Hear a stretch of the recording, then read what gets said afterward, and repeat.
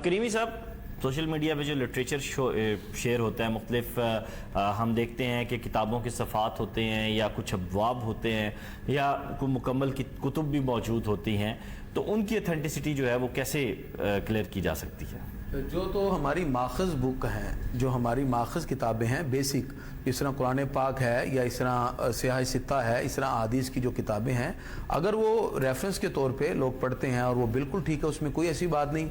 बाकी हमें चाहिए कि जब भी कोई ऐसी मजहबी रिसर्च हमारे सामने आए तो अगर हमें कहीं डाउट हो तो हम किसी न किसी रिसर्चर से ज़रूर उसको पूछें। जहाँ तक मुफ्ती साहब की बात, बड़ी प्यारी बात की कि दुनिया और कौम इस वक्त हुनर की तरफ है, इल्म की तरफ नहीं।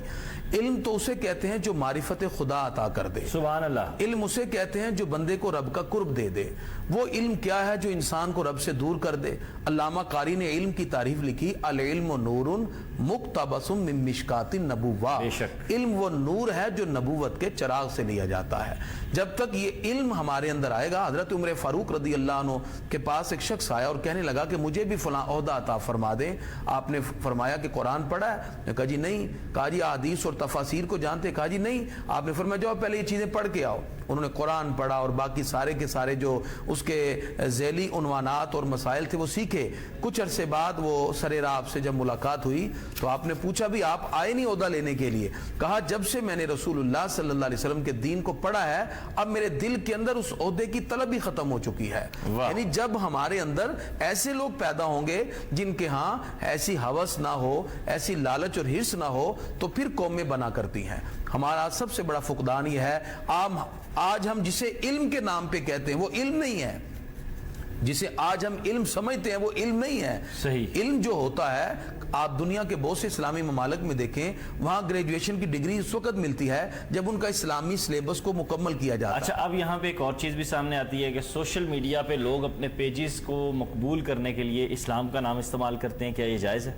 नहीं, ये भी दुरुस्त नहीं है कि एक शख्स जो है इस्लाम का नाम यूज करे और उसमें सारे के सारे वो उन्वानात या ऐसे मामलात रखे कि जो गैर इस्लामी हो। तो ये भी जारी बात है, एक शख्स ने टाइटल के ऊपर इस्लाम का नाम रखा और उसके पसे मंजर में या उसकी बैग पे उसने वो चीजें रखी हैं कि जो कि गैर इस्लामी हैं। इसमें भी हमें चाहिए कि हम जो उलमा हैं, मुस्तनद उलमा, उनसे राब्ता करें और कोई भी चीज बगैर तहकीक के फॉरवर्ड ना करें। ये हमारे एक बड़ा प्रॉब्लम है। हम जब देखते हैं इमोशनली तौर पर हम फौरन उसको फॉरवर्ड कर देते हैं। हालांकि अगर कोई डाउट हो, मैंने एक इसी तरह मैसेज आया, दोस्त से पूछा कि आपने कहां से लिया? कहा जी मुझे आया।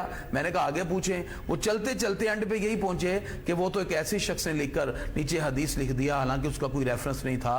इस पर हमें भी चाहिए कि हम उसको फॉरवर्ड ना करें। तो फिर इसको कैसे किया जाए? आपकी बात काट रहा हूँ, जैसे इस्लामिक शहद हो गया, जैसे इस्लामिक कपड़े हो गए, जैसे इस्लामिक अबाया हो गया, जैसे इस्लामिक कुतुब हो गई, जैसे इस्लामिक मसवाक हो गया। मतलब फॉर एग्जांपल इस तरह के पेजेस बने हुए हैं, इनको लोग जो है वो अपनी दुकानदारी चमकाने के लिए इस्लाम का नाम इस्तेमाल करें। देखें ना, इस्लाम के अंदर तो एक तहजीब हमें बताई गई है और ये एक ऐसी खूबसूरत तहजीब होती है, दुनिया के किसी भी मकाम पर कोई हो, इस्लाम उसको उसी के मुताबिक रहन सहन के सारे तरीके मुहैया कर देता है।